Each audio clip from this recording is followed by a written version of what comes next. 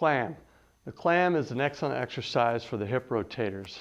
You need to use a piece of elastic tubing. You can either use a circle loop tubing, or you can take thin elastic tubing and make your own circle where you would tie it like so into a knot, or you could use it like this. So either or is fine. You're going to lie on the ground, place the tubing around your ankles and shimmy it up over your knees.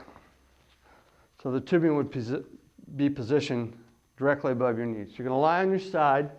This is an excellent exercise, again, for your hip rotators, often used in a physical therapy setting, but for people that are runners or have issues with their back or their hips, or do a lot of movements where they're running in a straight line, this is a great exercise to work the hip rotators again, which will help prevent injuries associated with all the straight ahead and backward movements. You're going to flex your knees, draw your knees kind of up towards your hips ever so slightly. So your feet are going to remain together.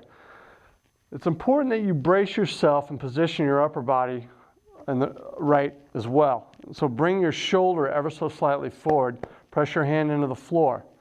Then you're going to take your knee and you're going to lift it up. You're going to open it just as a clam would. So you're going to open your knees, bring your knee up. Basically, you're going into hip abduction.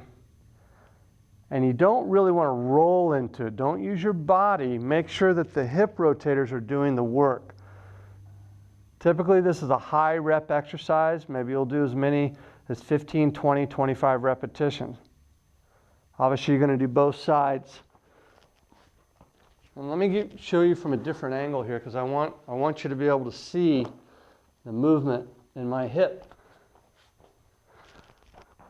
So again, we'll assume the sideline TV viewing mode. Feet together. Draw your knees up ever so slightly. Top hand down to stabilize your upper body.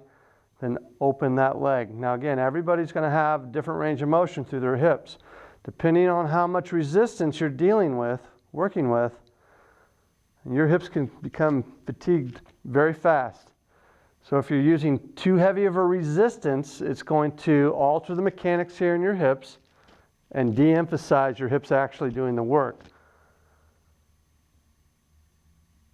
And that is what the clam looks like.